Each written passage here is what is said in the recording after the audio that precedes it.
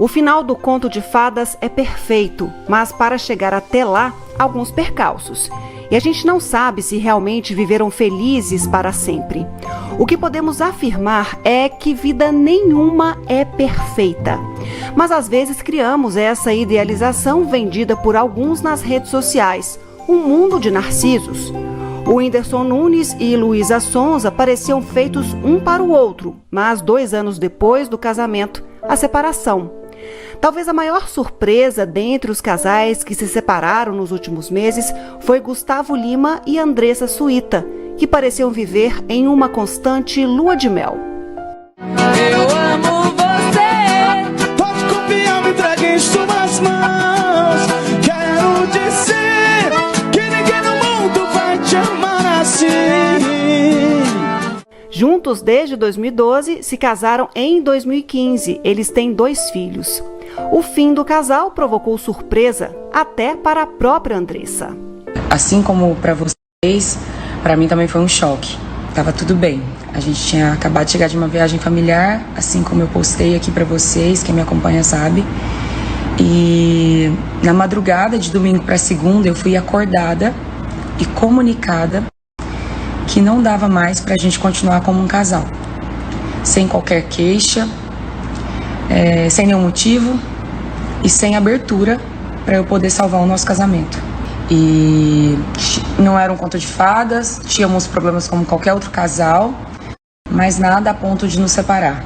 Horas depois de Suíta publicar o vídeo na rede social, o cantor também postou. Lima diz que não está feliz no casamento e fez o que pôde. Nem tudo nas nossas vidas é do jeito que a gente quer, do jeito que a gente imagina, do jeito que poderia ser. Nada acontece de um dia para o outro. Eu não estava feliz e vocês podem ter certeza que eu tentei de tudo para manter o meu casamento. Não está sendo fácil, pois separação gera sofrimento, afinal nós somos seres humanos.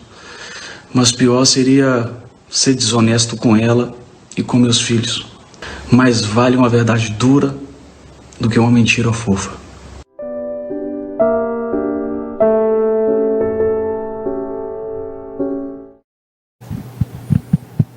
Pois é, Simon, Ludmilla, realmente uma história que acabou pegando muita gente de surpresa.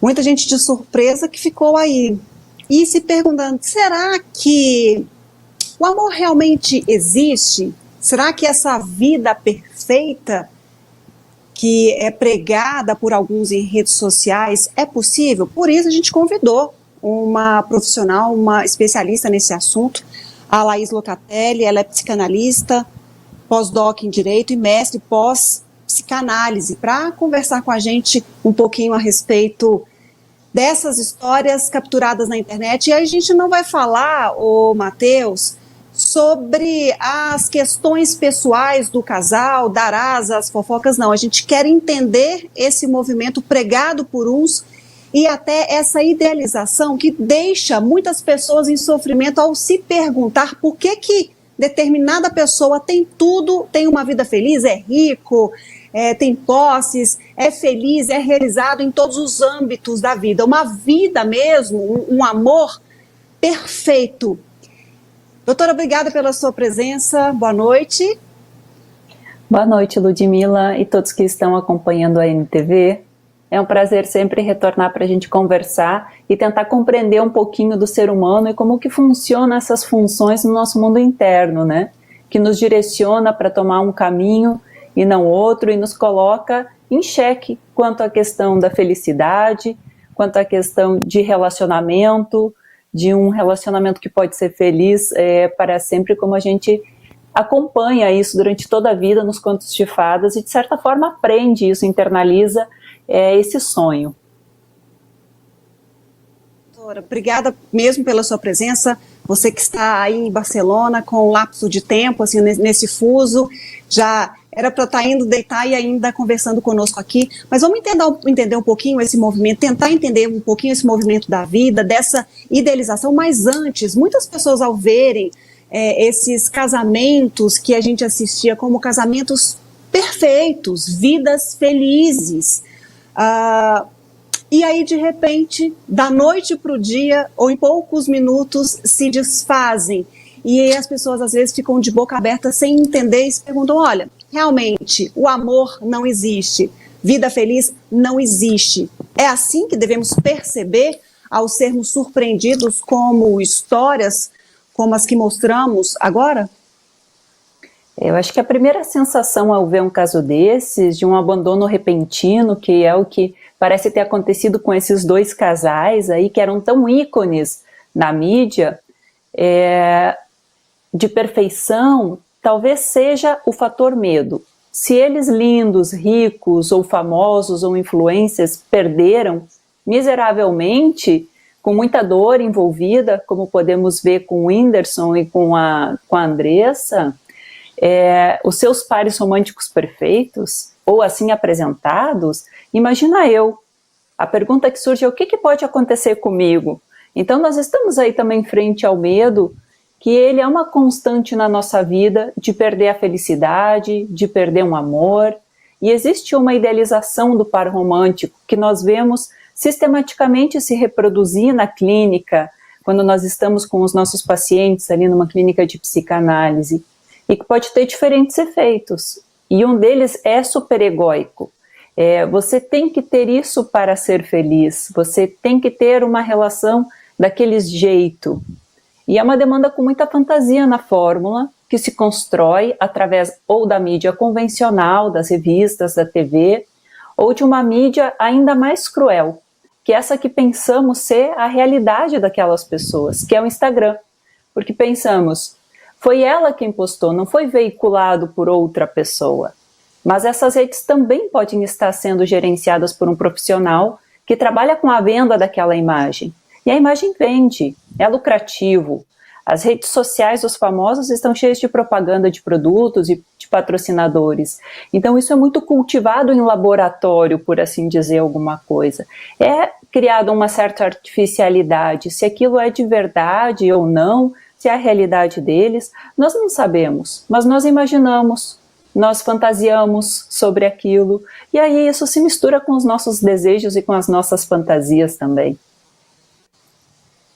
Pois é, mas ao ver isso, a essas pessoas nos bombardearem dessa forma, cria-se aí essa fantasia do perfeito, essa idealização que dá para ter tudo e às vezes até nos frustrarmos por termos tão pouco diante ao que eles têm? Eu acho que é muito importante a gente aqui pensar que o amor, sem renúncia, ele se descompõe. Agora, nós pensamos que na nossa vida cotidiana, nós vamos ter um determinado desejo que vai ir para um lado, para o outro, e nós, de repente, não vamos desejar sempre a mesma pessoa.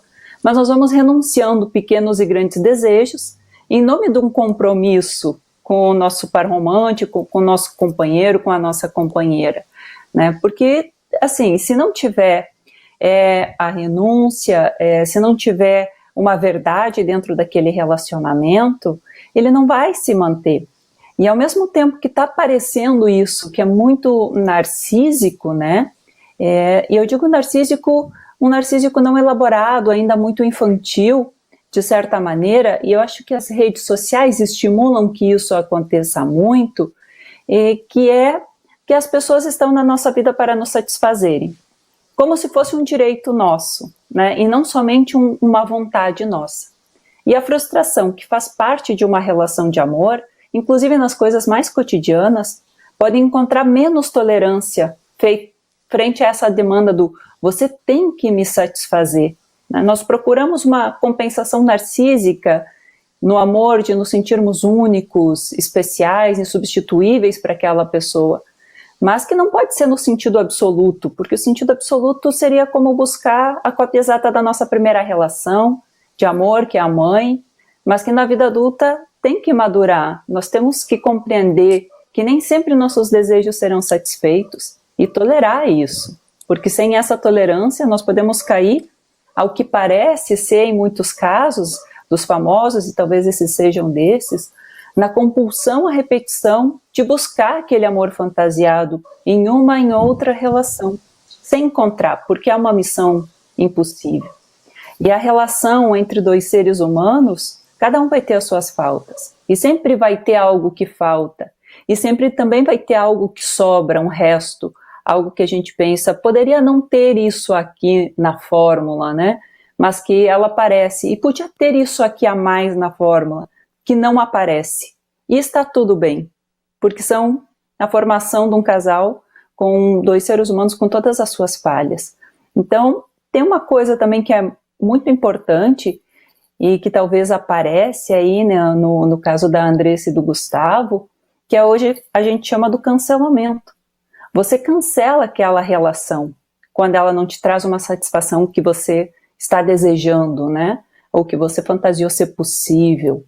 E é a ideia dessa, talvez, liberdade a jato, uma liberdade de escolha sem limites, que está trazendo uma certa frouxidão para as relações.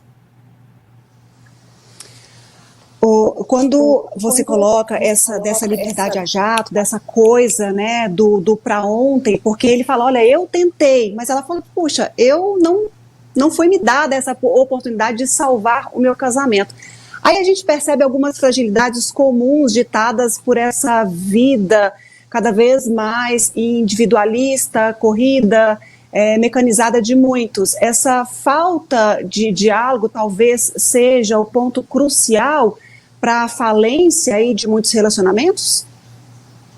A falta de diálogo com o outro e a falta de diálogo consigo mesmo, para compreender o que a gente deseja e busca numa relação.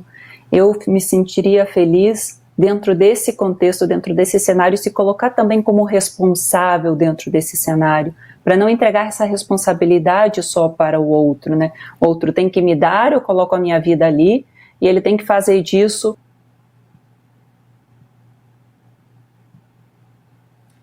Bom, a gente está acompanhando a entrevista diretamente de Barcelona com a doutora Laís.